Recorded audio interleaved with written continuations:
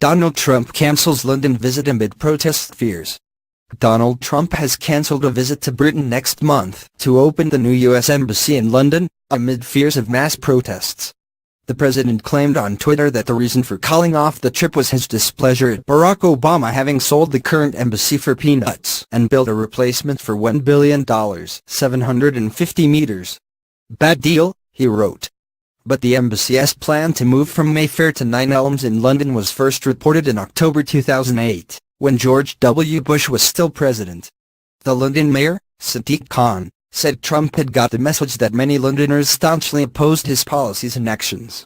The fabulous new U.S. Embassy is best now tainted by a Trump visit. It appears that President Trump got the message from the many Londoners who love and admire America and Americans, but find his policies and actions the polar opposite of our city's values of inclusion, diversity and tolerance, Khan said on Friday.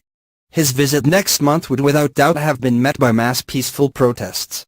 This just reinforces what a mistake it was for Theresa May to rush and extend an invitation of a state visit in the first place.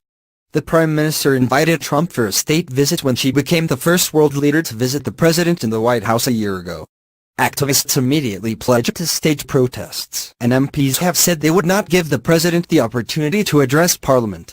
Asked about Trump's cancellation, a Downing Street spokesman repeated the government's long-standing position that an invitation has been extended and accepted, but no date has been set. The White House press secretary Sarah Sanders said, "The invitation was made and has been accepted. We are still working to finalize a date."